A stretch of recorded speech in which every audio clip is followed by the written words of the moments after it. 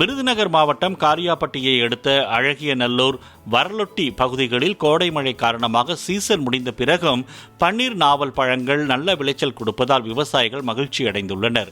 Water apple எனப்படும் இந்த பன்னீர் நாவல் பழங்கள் துவர்ப்பு சுவையுடன் சர்க்கரை நோயாளிகள் விரும்பி உண்ணும் பழமாக உள்ளது.